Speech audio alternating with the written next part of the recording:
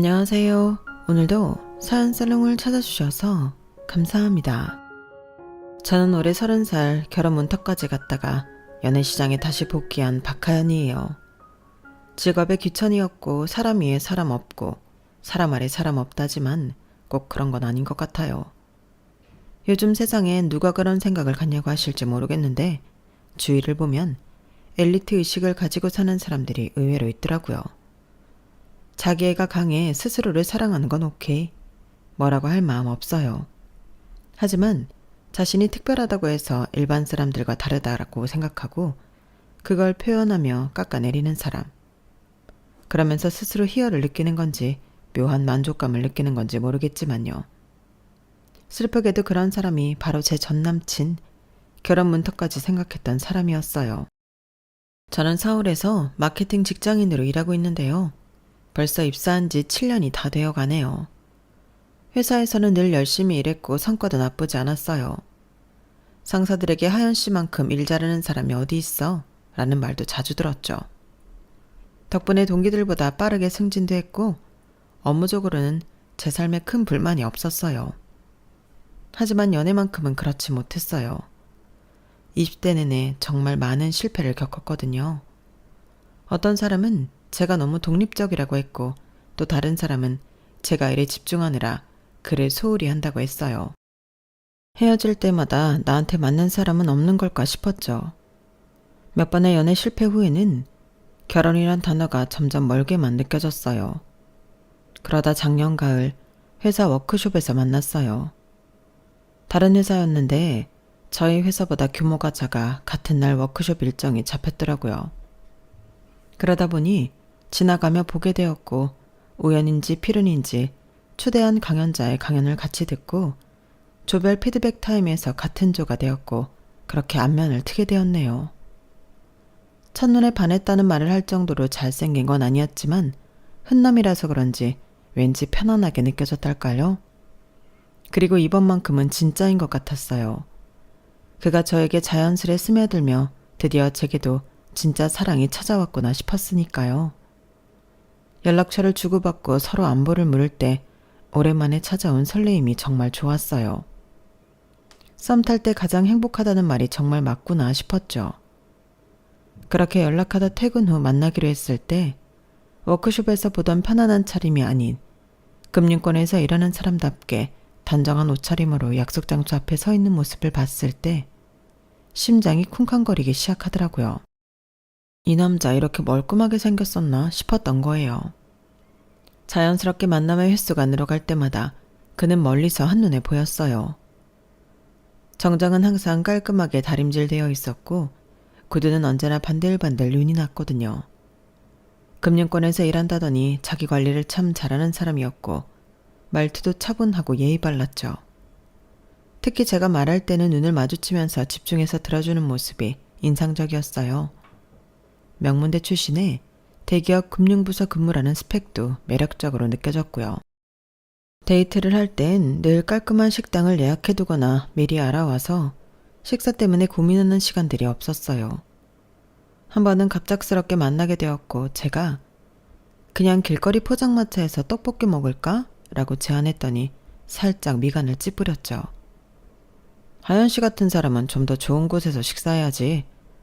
그러면서 급하게 예약하느라 원래 가고 싶던 곳은 아니지만 평이 좋으니 괜찮을 거라며 이탈리안 레스토랑으로 저를 데려갔어요. 그때는 그 말이 참 로맨틱하게 들리더라고요. 그의 매너 있는 행동은 그것뿐이 아니었어요. 식당에 들어갈 때는 항상 문을 열어주고 의자도 빼주고 계산도 먼저 하려고 했죠. 연애를 많이 해본 건 아니지만 이런 공주 대접은 처음이었어요. 물론 처음에는 제가 내겠다고 몇 번 강하게 말하기도 했었는데요. 정우 씨는 그럴 때마다 강경하게 말하더라고요. 남자가 데이트 비용을 내는 건 당연한 거야. 그리곤 절대 양보하지 않았죠.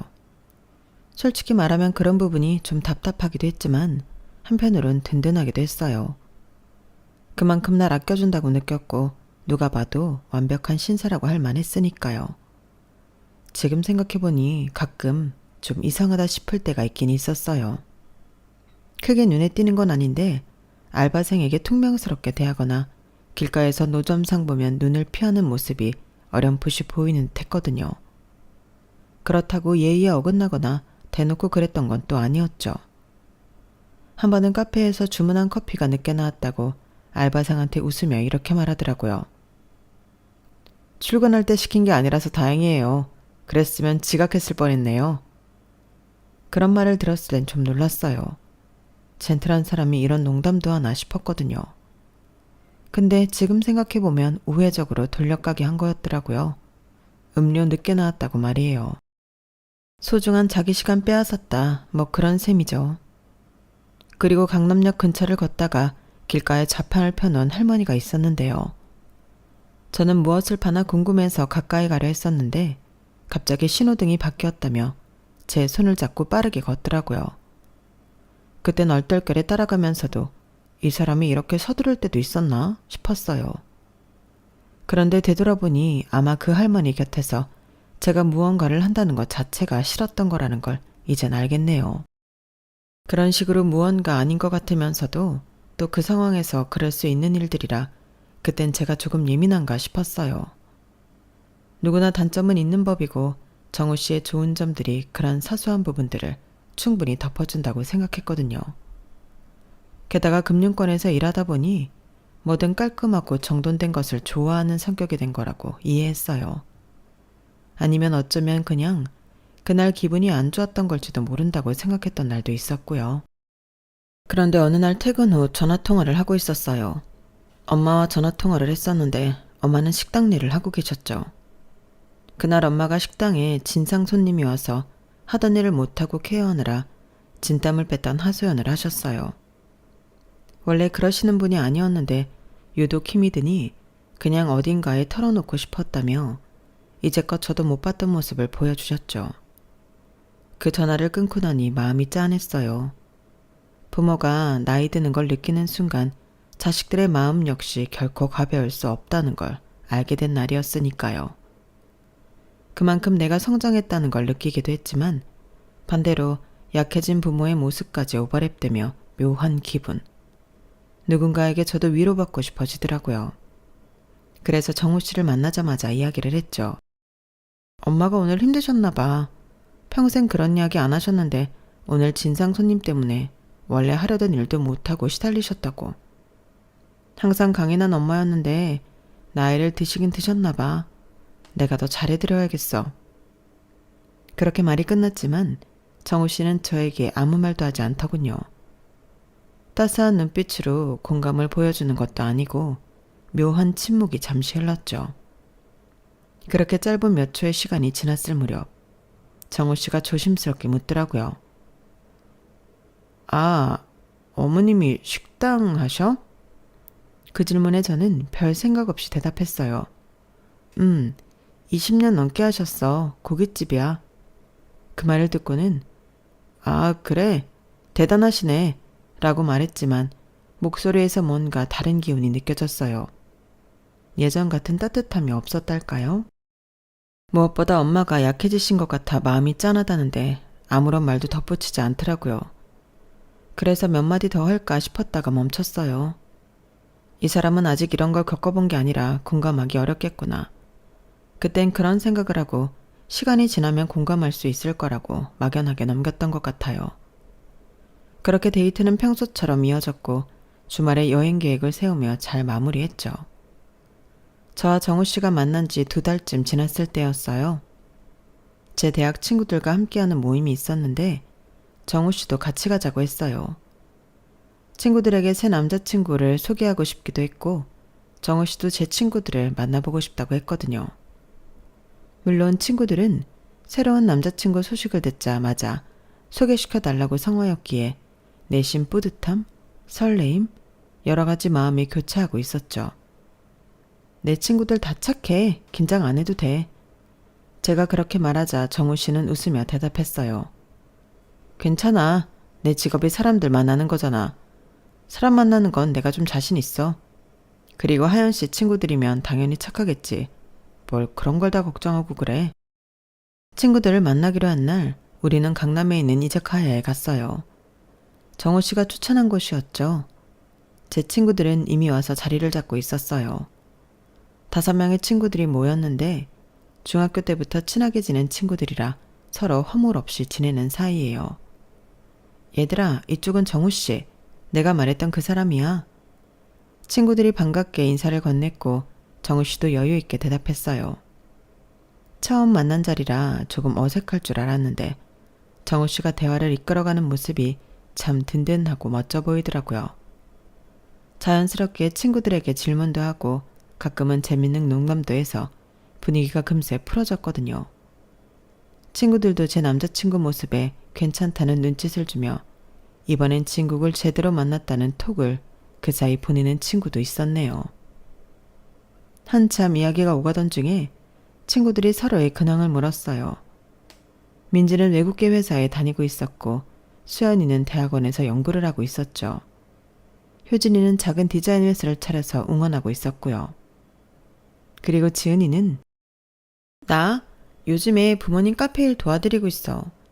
때마침 이직하려고 고민하던 차였는데 아버지가 좀 편찮으셔서 겸사겸사. 지은이가 그렇게 말했을 때 정우씨가 고개를 끄덕이며 말하더라고요. 요즘 자영업도 쉽지 않다던데 부모님 고생 많으시겠네요. 말투는 부드러웠지만 저는 순간 멈칫했어요. 제가 예민할 수 있는데 그 사람 평소 말투와 미묘한 차이가 났거든요. 왠지 평가하는 듯한 뉘앙스가 느껴졌어요. 마치 자영업이란 게 어쩔 수 없이 하는 일이라는 투였달까요?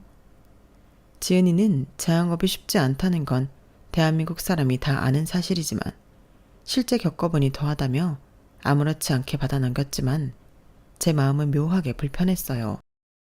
이야기는 계속 이어졌고 제 차례가 되자 정우 씨가 먼저 나서서 말했죠. 하연 씨는 마케팅팀에서 일하는데 정말 일 잘해요. 이번에 큰 프로젝트도 맡았다는데 그만큼 능력 되니까 단독으로 큰 프로젝트도 맡기는 게 아니겠어요? 그치 하연 씨? 그 말에 친구들이 관심을 보이자 조금 당황스럽더라고요. 왠지 잘난 척하는 것 같기도 하고 바쁘다, 이번 일 잘 되면 인정받아 승진할 수 있을 것 같다. 뭐 이런 이야기는 친구들 사이에 할 수 있다는 건 저도 알아요. 하지만 뭐랄까, 지은이를 평가하는 투로 말하자마자 반대로 저를 높이 평가하는 듯 말하는 것 같았기 때문이에요. 친구들과 만나는 자리라 혹시 실수할까봐 아니면 친구들이 제 남자친구를 별로라고 보는 건 아닐지 걱정되는 마음에 좀 예민한 거겠지라고 생각했어요.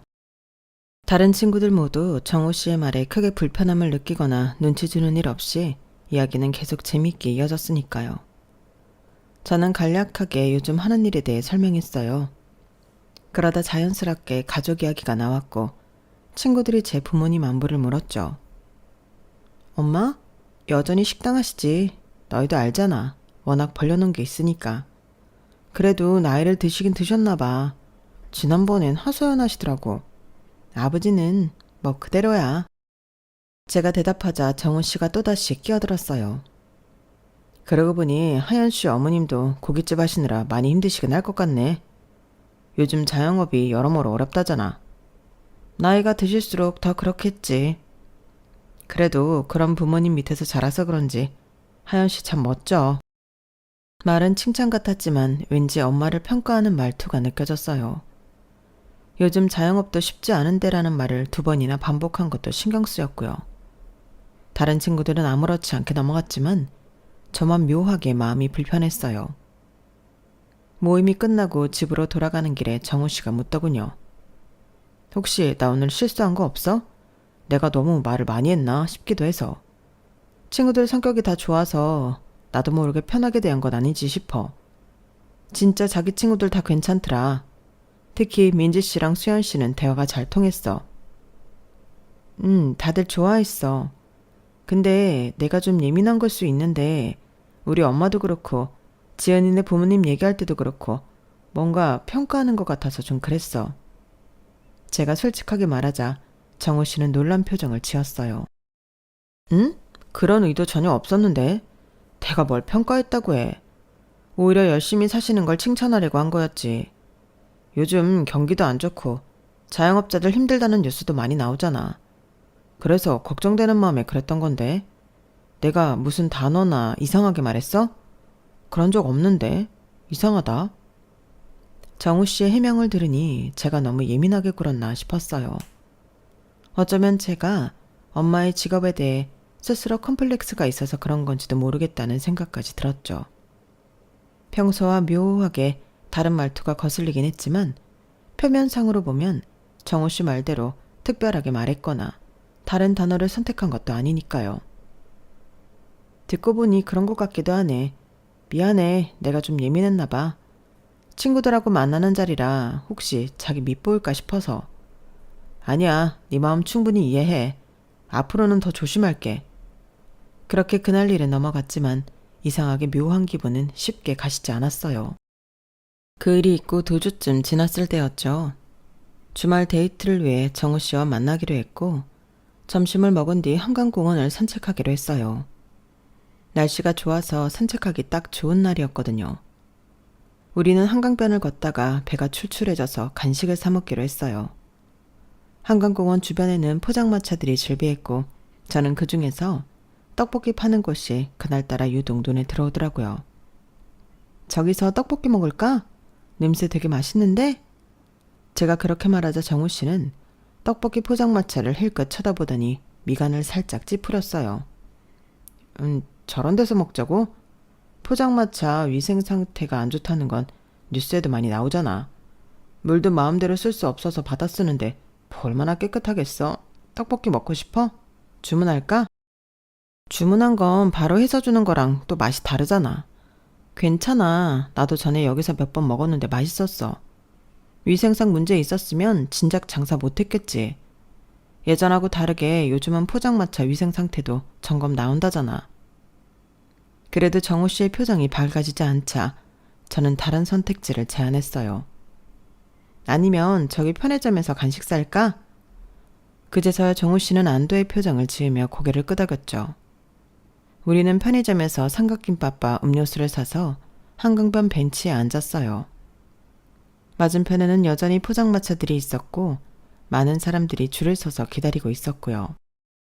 정우 씨가 그 모습을 보더니 혼잣말처럼 중얼거렸어요. 저런 데서 일하는 사람들 보면 인생 참. 작은 목소리로 말하며 말끝을 흐리긴 했지만 그 뉘앙스는 분명했어요. 저는 그 말을 듣자마자 가슴이 철렁 내려앉는 것 같았어요. 정말 이 사람, 내가 걱정하는 그런 모습을 가지고 있나 싶었거든요. 무엇보다 우리 엄마도 그런 시절이 있었다는 걸 정우 씨는 모르고 있었으니까요. 알게 된다면 그때도 걱정되었다고 그런 게 아니라고 말할 건가 싶었죠. 우리 엄마도 그런 시절이 있었어.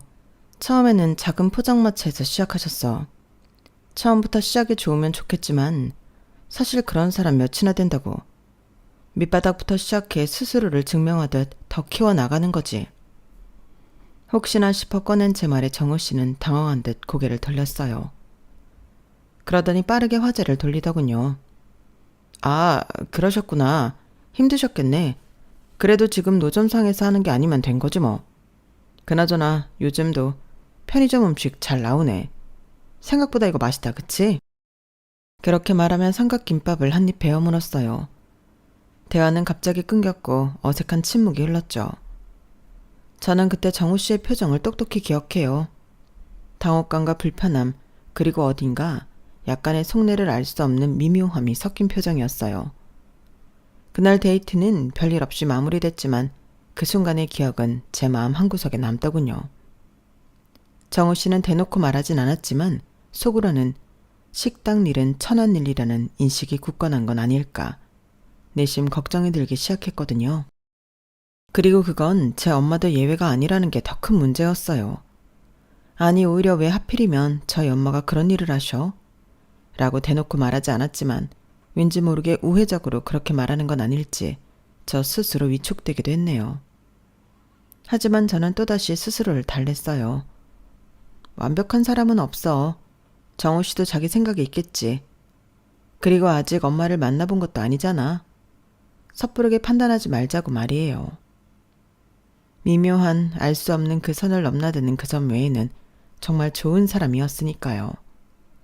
따뜻하고 배려심 많고 제가 힘들 때 항상 옆에 있어주는 사람이었어요. 명확하게 드러나지 않는 단점 아닌 단점 때문에 그의 모든 걸 부정할 수는 없다고 생각했죠. 그래서 저는 그냥 넘어가기로 했어요. 아마 시간이 지나면 정우 씨도 그런 인식이 바뀔 거라고 생각했던 탓도 이유라면 이유일 거예요. 사람 마음이라는 게 좋은 게 95%, 안 좋아 보이는 게 5%라고 생각하면 어떻게든 덮으려 한다는 걸 그때 알았네요.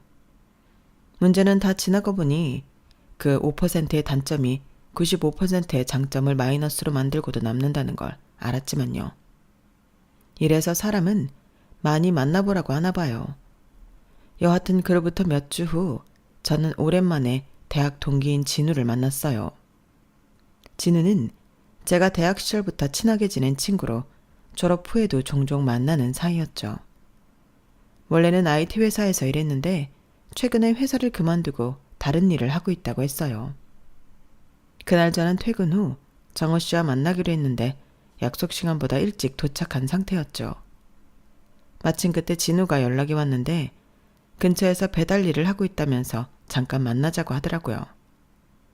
저는 반가운 마음에 바로 만나기로 했고요. 하연아, 오랜만이다. 잘 지냈어? 진우가 배달 오토바이를 세우고 헬멧을 벗으며 인사했어요. 진우는 언제나처럼 밝은 표정이었고 오토바이 뒤에는 배달 음식이 가득했죠. 진우야, 오랜만이다. 너 지금 배달 일해? 요즘에 배달앱에서 일하고 있어. 회사 그만두고 잠시 여유 좀 찾으려고. 내년에 창업할 준비도 하고 있거든. 근데 생각보다 괜찮더라고. 운동도 되고 시간도 자유롭고. 진우의 설명을 듣고 있는데 약속 시간이 다가와 정우 씨가 도착했어요. 저는 반갑게 두 사람을 소개했죠. 정우 씨, 이쪽은 내 대학 동기인 진우. 진우야, 이쪽은 내 남자친구 정우 씨야. 두 사람은 가볍게 인사를 나눴고 진우는 자기가 가져온 음식 중 하나를 내밀었어요. 야, 이거 너 좋아하는 떡볶이. 내가 배달하던 건데 주문 취소가 돼서 가져왔어. 같이 먹어. 와, 고마워. 딱 배고팠는데. 저는 기쁘게 떡볶이를 받았지만 정우 씨의 표정이 약간 굳는 것을 느꼈어요. 하지만 짧았고 이내 아무 일 없던 듯 앉을 자리를 탐색하고 있었기에 크게 신경 쓰지 않고 같이 근처 벤치에 앉아 잠시 이야기를 나눴죠. 진우가 배달 경험담을 재미있게 이야기했고 저는 웃으며 듣고 있었어요. 그때 정우 씨가 갑자기 진우에게 물었죠. 오토바이 타는 거 위험한데 언제까지 일하실 거예요? IT 쪽에 계셨다고 들었는데 불경기라고 해도 그쪽은 일자리 꽤 있지 않아요? 그 말에 저는 깜짝 놀라 정우 씨를 쳐다봤어요.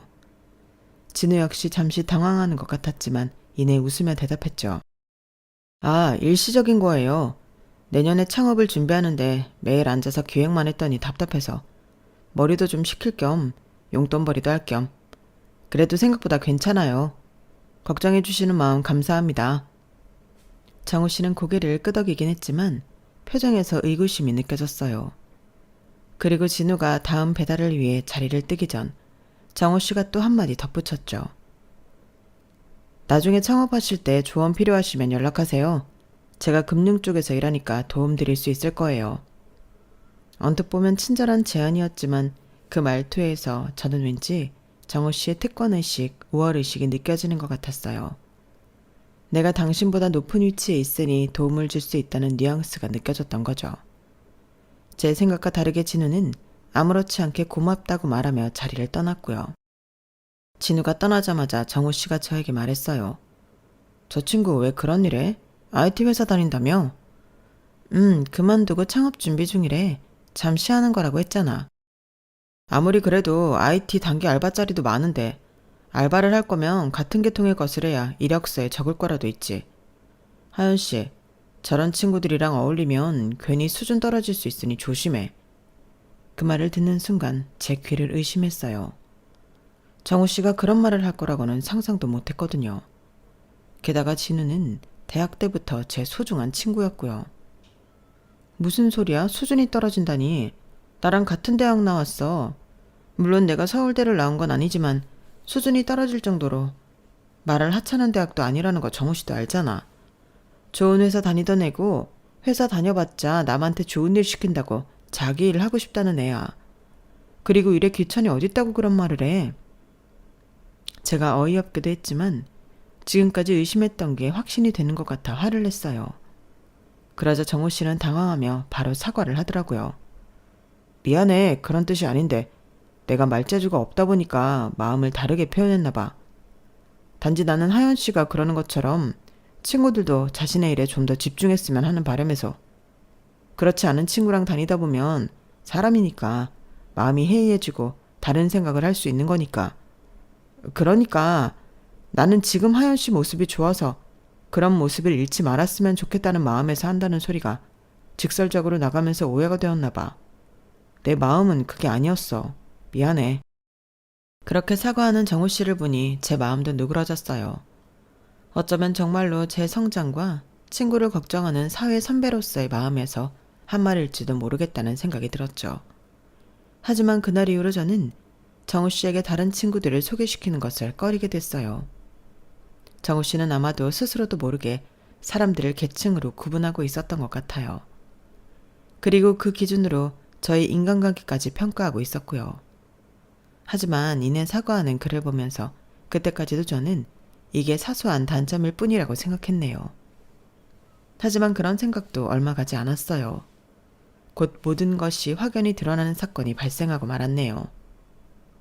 친구 진우와의 사건이 있은 후로도 우리는 계속 만남을 이어갔어요. 저는 정우 씨의 그런 면모가 시간이 지나면 나아질 거라고 믿었죠. 무엇보다 서로 많이 사랑했으니까요. 그렇게 만난 지 8개월 정도 된 어느 날, 정우 씨가 진지한 표정으로 저에게 말을 꺼냈어요. 하연아, 우리 이제 서로 많이 알게 됐잖아. 나 진짜 너랑 결혼하고 싶어. 갑작스러운 프로포즈에 저는 잠시 말을 잊었어요. 물론 저도 정우 씨와 미래를 함께하고 싶다는 생각은 했지만 이렇게 빨리 결혼 이야기가 나올 줄은 몰랐거든요. 그래. 나도 정우 씨랑 함께하고 싶어. 그렇게 우리는 결혼을 약속했고 자연스럽게 양가 부모님께 인사드리는 일정을 잡게 됐어요. 정우 씨 자신 부모님은 일정상 2주 뒤에나 뵐 것 같다며 우선 저희 부모님 먼저 뵙자고 하더군요. 우리 부모님이 다음 주에 미국으로 출장 가셔. 아버지가 대학 교수신데 1년 동안 연구 교환 프로그램으로 가시게 될 것 같아. 사전 답사 다녀오신다고 하셨거든. 어머니도 같이 가시고. 그래서 일단 자기 부모님께 먼저 인사드리는 게 좋을 것 같아. 그래, 그럼 이번 주말에 우리 엄마 만나러 가자. 엄마한테 미리 말해놓을게. 드디어 장인어른 될 분을 뵙는구나. 어머님은 어떤 분이야? 나 뭐 준비하면 될까? 특별히 뭘 준비할 필요는 없어. 그냥 편하게 오면 돼. 인사드리러 오는 거긴 하지만 그렇다고 앞으로 계속 볼 건데 불편하게 생각하면 오히려 그게 부담이잖아. 그 말을 하는 순간 정우 씨의 부모님은 어떤 분들일지 문득 궁금해졌어요. 정우 씨는 가끔 부모님 이야기를 했지만 자세한 얘기는 들은 적이 없었거든요. 정우 씨 부모님은 어떤 분들이야? 나중에 만나면 너무 긴장될 것 같아서. 정우 씨는 미소를 지으며 대답했어요. 우리 아버지는 S대 경영학과 교수야. 요즘은 주로 해외 대학들이랑 교류하시지. 어머니는 예전에 대기업 임원이셨는데 지금은 은퇴하시고 아버지 학회 일 도와드리고 계셔. 우리 집은 성북동에 있어. 할아버지 때부터 살던 집이라 오래됐지만 나름 괜찮아. 정우 씨가 별것 아닌 듯 말했지만 저는 깜짝 놀랐어요. S대 교수의 대기업 임원 출신이라니. 게다가 성북동에 오래된 집이라면 아마 꽤 큰 한옥일 가능성이 높았죠. 속으론 TV 속에서 보는 부잣집 도련님이 정우 씨였나? 웃으며 그런 생각도 했었네요.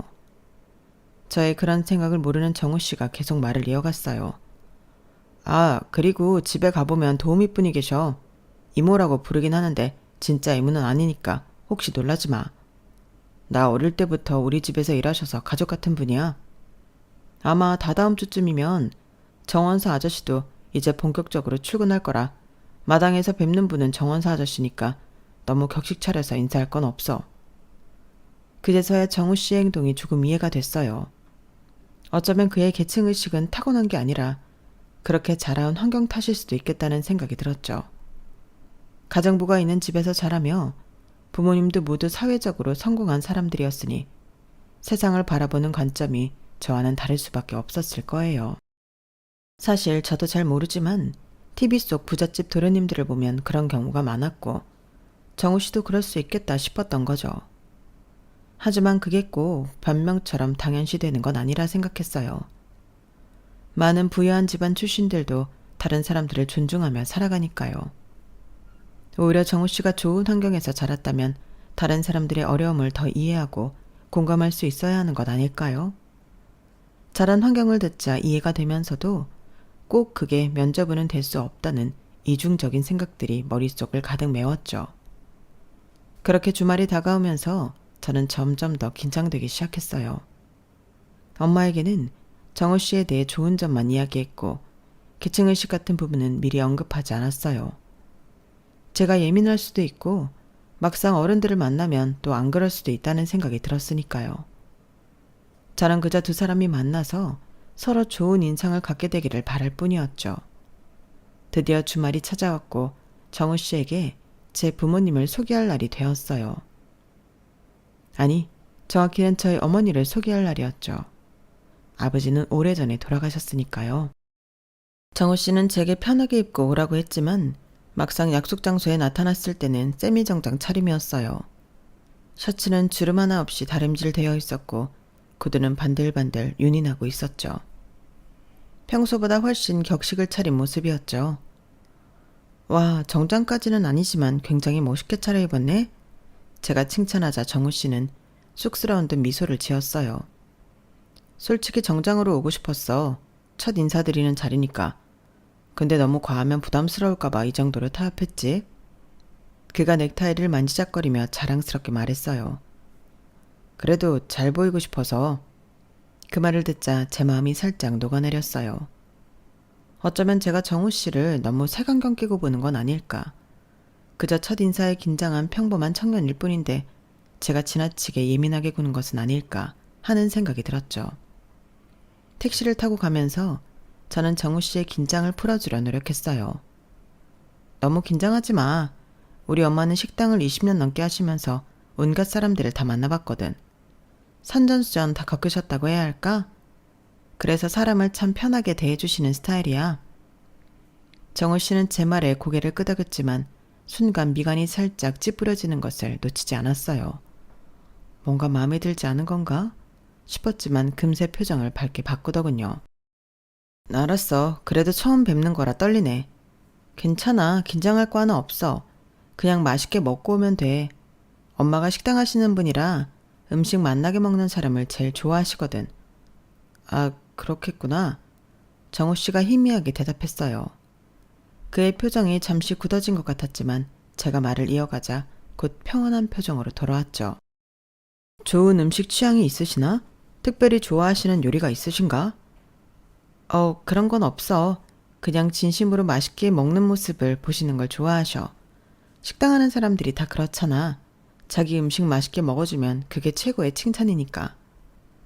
정우 씨가 고개를 끄덕이긴 했지만 왠지 말을 아끼는 것 같았어요. 아마도 첫 상견례에 대한 부담감 때문에 좀 조용해진 건가 싶었죠. 드디어 엄마의 식당 앞에 택시가 멈춰섰고 우리는 차에서 내렸어요. 저기야, 저 가게가 우리 엄마 식당이야. 제가 손으로 가리키는데 마침 식당 뒤쪽 주방문이 열리면서 엄마가 모습을 드러냈어요. 엄마는 흰 앞치마를 두르고 머리카락이 떨어지지 않도록 위생모를 꼭 눌러쓰고 계셨어요. 손에는 두꺼운 고무장갑을 끼고 발에는 미끄럼 방지 고무 장화를 신은 채 커다란 음식물 쓰레기통을 끌고 나오시는 중이었죠. 아마 점심시간이 끝난 뒤라 주방을 정리하면서 쌓인 음식물 쓰레기를 버리려고 나오신 것 같았어요. 엄마다. 저는 자연스레 엄마를 보자 반갑게 소리치며 손을 흔들었죠. 정우 씨는 두리번거리며 어디? 하고 물었고 인사드릴 준비를 하는 듯 했어요. 저기 주방 뒤쪽에서 쓰레기통 끌고 나오시는 분. 제가 가리키자 정우 씨 표정이 순식간에 굳어졌어요. 그의 얼굴에서 혈색이 빠져나가는 게 눈에 띄게 보일 정도였죠. 저분? 저분이 어머니시라고? 빨리 가서 도와드리자. 제가 서둘러 발걸음을 옮기려는데 정우 씨가 갑자기 제 팔을 잡았어요. 그의 소나기가 생각보다 강하게 제 팔을 붙잡고 있었죠. 잠깐. 제가 놀라서 걸음을 멈추고 정우 씨를 쳐다봤어요. 왜? 아무래도 안 되겠다. 도저히 못하겠어. 그게 무슨 소리야? 정우 씨는 잠시 머뭇거리다가 입을 열었어요. 그의 목소리는 낮고 단호했죠. 식당이라면 뻔하잖아. 뭐라고? 저는 제 귀를 의심했어요.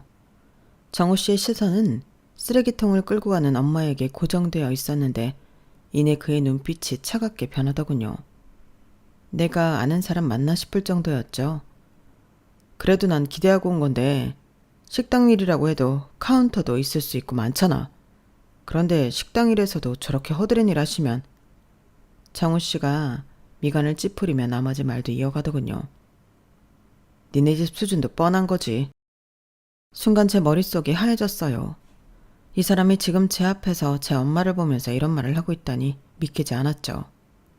그동안 알게 모르게 느끼긴 했어도 다른 사람도 아니고 우리 엄마를 이렇게 대놓고 무시하는 발언을 할 줄 정말 몰랐거든요. 아무리 개천에서 용난다고 하지만 살아온 환경은 무시 못하니까. 정우 씨는 계속해서 말을 이어갔어요.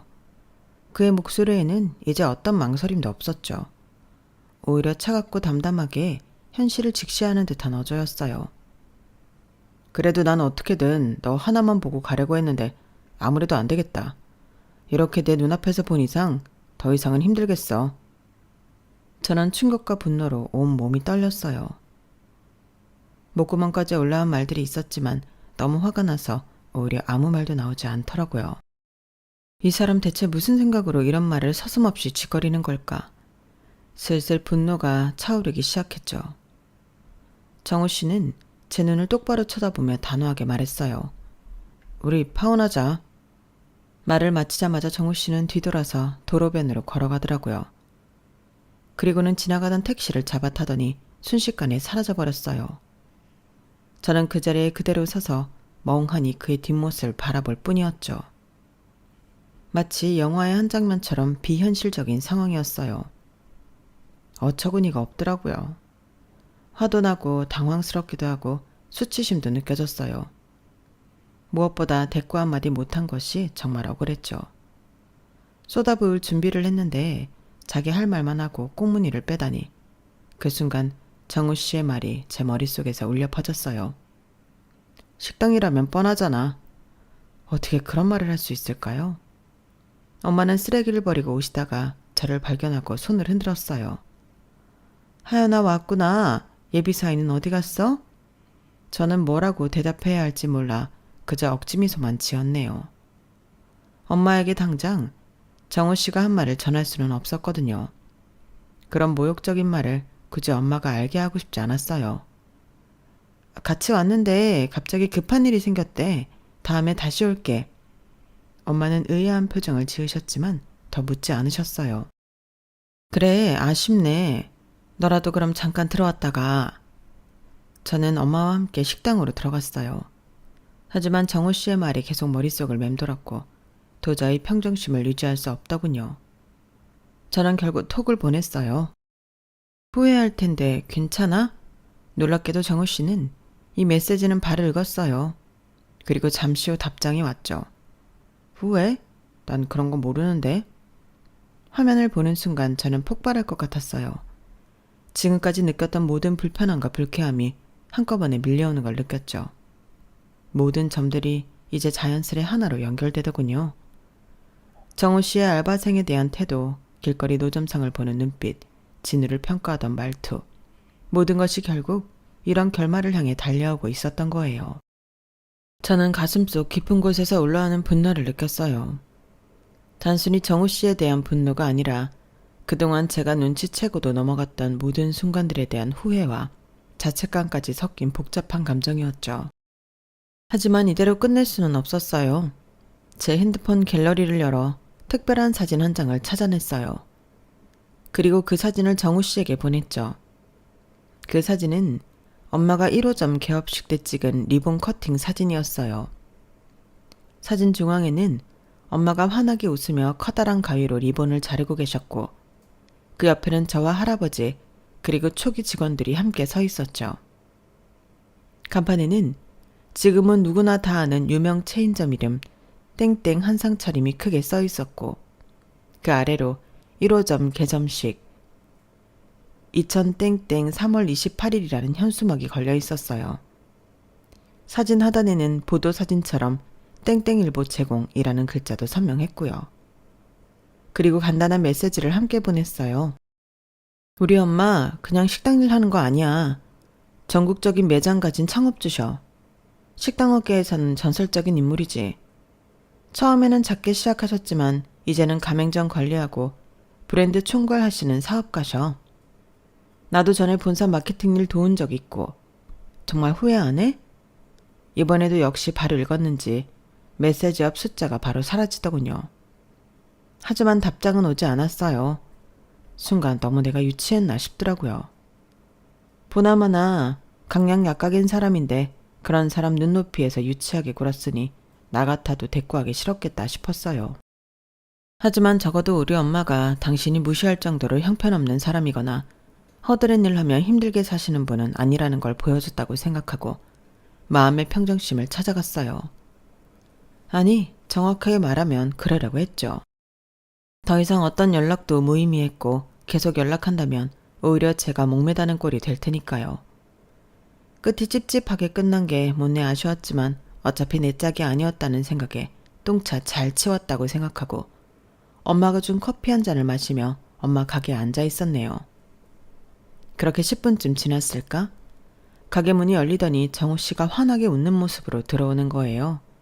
한 손엔 아니 양손 가득 상당히 큰 꽃다발을 든 채 말이에요. 가게 문이 열리자마자 저는 깜짝 놀랐어요. 정우 씨가 환한 미소를 짓고 있었거든요.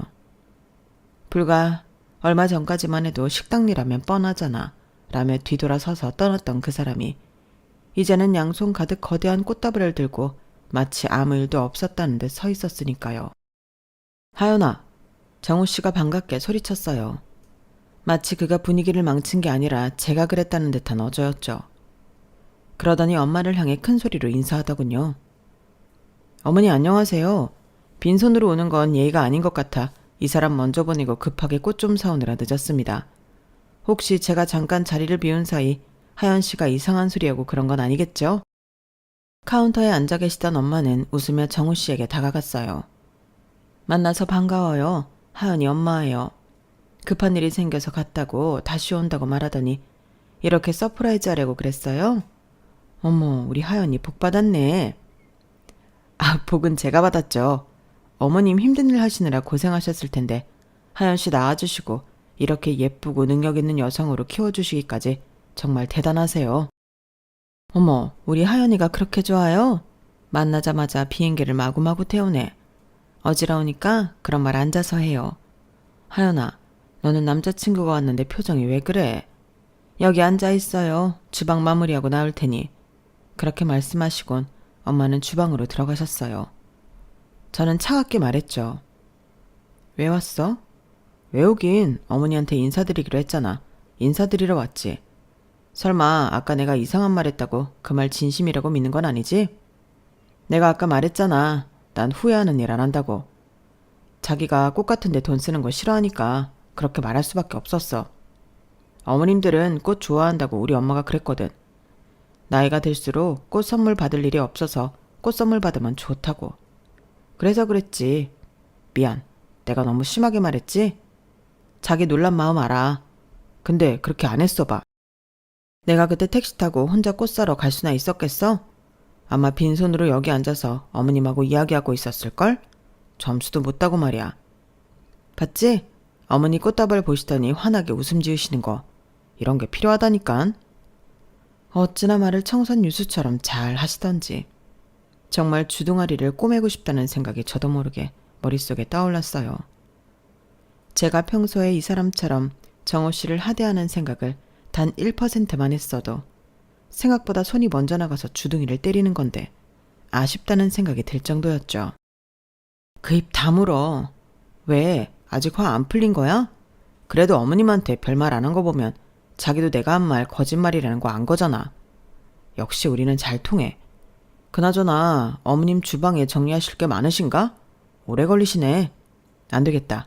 내가 들어가서 도와드려야겠다. 그러더니 주방으로 자리를 옮기더라고요. 그 모습을 찬찬히 보고 있었어요. 그래, 너라는 인간의 밑바닥 끝을 보자는 심산이었죠. 주방으로 들어간 그놈 덕분인지 때문인지 모르지만 엄마가 이내 등 떠밀려 나오셨어요. 물론 주방에 계시던 다른 일 하시는 분들까지요. 물 청소하는 건 자신 있으니 자기가 하겠다며 주방 장화나 앞치마 같은 것도 하지 않은 채 쩔쩔매는 그의 모습을 보고 있자니 헛웃음이 나오더라고요. 아유, 우리 하연이 남자 잘 골랐네. 이렇게 잘 보이고 싶을 정도면 환장하게 좋은갑다. 그러게 말이에요. 지금까지 데리고 온 남자 중에 제일 적극성을 띠네요. 그래도 근성은 있어 보여요. 그쵸? 일하시는 분이 우스갯소리로 말하자 엄마는 듣기 좋았는지 아니면 정말 그놈을 좋게 보셨는지 칭찬을 하시더라고요. 주방에서 나와 앉으신 엄마와 주방 직원분들은 한동안 정우 씨의 행동을 지켜보더니 킥킥거리며 웃으셨어요. 엄마가 저를 보더니 눈짓으로 어떡할래? 라고 물으시는 것 같았죠. 저는 도저히 참을 수가 없었어요. 가게 안은 점심시간이 지나 한산했지만 그래도 몇몇 손님들이 있어서 조용히 엄마 귀에 속삭였어요. 엄마, 5분만 시간 줘. 이 사람 진짜 엄마 보고 식당 일 하면 뻔하잖아 라면서 도망갔다가 내가 보낸 사진 때문에 다시 온 거니까 이따 자세히 알려줄게. 엄마의 표정이 순간 굳어졌다가 이내 미소를 지으셨어요. 그래? 그럼 엄마가 좀 도와줄까? 저는 고개를 끄덕였어요. 엄마가 주방으로 들어가셨고 곧 주방에서 정우 씨와 함께 나오셨어요. 정우 씨의 셔츠는 물에 젖어 있었고 머리는 헝클어져 있었어요. 하지만 얼굴에는 환한 미소가 가득했죠. 하연아, 어머니랑 좀 이야기했어. 정말 대단한 분이셔. 이렇게 큰 체인점을 운영하시면서도 겸손하게 직접 일하시고 진짜 존경스러워. 엄마는 정우 씨의 말을 들으며 미소를 지으셨어요. 그러더니 갑자기 말씀하셨죠. 그나저나 아까 하연이 말로는 식당이라면 뻔하다며 도망갔다가 돌아왔다던데 그게 무슨 얘기예요? 정우 씨의 얼굴이 순간 하얗게 변했어요. 그게 제가 너무 긴장해서 그냥 농담 같은 농담이었어요? 그래서 우리 딸이 그렇게 상처받았나 보네. 아니, 정말 그런 뜻이 아니라 엄마가 자리에서 일어나셨어요. 키가 작으신 엄마였지만 그 순간만큼은 정우 씨 앞에서 위압감이 느껴질 정도로 당당해 보였어요. 우리 가게 이름 알고 다시 온 거라면서요? 전체 체인점 사장이라고 해서 달라진 거예요? 정우 씨는 말문이 막힌 듯 했어요. 주변의 직원들과 몇몇 손님들도 상황을 지켜보고 있었죠. 저기 그게 아니라 저는 진심으로. 젊은 사람을 겉으로만 판단하면 안 돼요. 제가 처음에는 포장마차로 시작했다는 거 하연이가 얘기 안 했나요? 길거리에서 떡볶이 팔던 시절도 있었어요. 그때 저를 봤다면 도망갔을 텐데. 정우 씨는 이제 땀을 뻘뻘 흘리고 있었어요. 제가 정말 잘못했습니다. 다시는 그런 일 없을 거예요. 우리 하연이는 누구보다 똑똑하고 마음 따뜻한 아이예요. 그런 아이를 겉모습이나 직업으로 판단하는 사람이랑은 어울리지 않아요. 이제 가보세요. 정우 씨는 잠시 서 있다가 마지막으로 제게 도움을 청하는 듯 쳐다봤어요.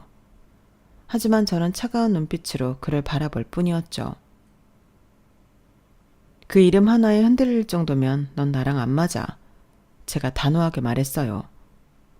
엄마가 포장마차 하시든 노점상 하시든 체인점 CEO든 그건 중요하지 않아. 중요한 건 사람의 가치를 어디에 두는지야. 너는 그걸 이해 못할 거야. 정우 씨의 얼굴이 붉어졌어요. 더 이상 할 말이 없었는지 마지막으로 목례를 하고 가게를 나갔어요. 꽃다발은 테이블 위에 그대로 남겨둔 채로요. 그렇게 저는 결혼 문턱까지 갔다가 다시 연애시장으로 복귀하게 되었어요. 돌이켜보면 직업의 귀천이었고 사람 위에 사람 없고 사람 아래 사람 없다 라는 말이 얼마나 소중한지 몸소 깨닫게 된 경험이었죠. 사람을 겉모습이나 직함, 직업으로 판단하는 것이 얼마나 위험한지, 또 그런 사람과 인생을 함께했다면 얼마나 불행했을지 생각하면 오히려 일찍 알게 되어 다행이라고 느껴요. 이제는 제 감에 더 귀 기울이고 작은 징후도 무시하지 않을 거예요. 5%의 단점이 95%의 장점을 완전히 무너뜨릴 수 있다는 것도 배웠고요. 무엇보다 우리 엄마 같은 분들이 계시기에 제가 이렇게 당당하게 설 수 있다는 걸 다시 한번 깨달았답니다. 내 짝은 그런 가치를 함께 나눌 수 있는 사람이어야 하니까요. 이제 정말 똥차 보냈으니 이젠 벤츠가 오길 설레는 마음으로 기다려보네요. 여기까지 제 사연이었습니다. 들어주셔서 감사합니다. 매일매일이 행복하시고 매일매일 건강하세요. 여러분, 사연 댓글에 응원과 현명한 조언 부탁드려요. 좋아요와 구독은 저에게 큰 힘이 됩니다. 오늘도 좋은 일 가득하세요.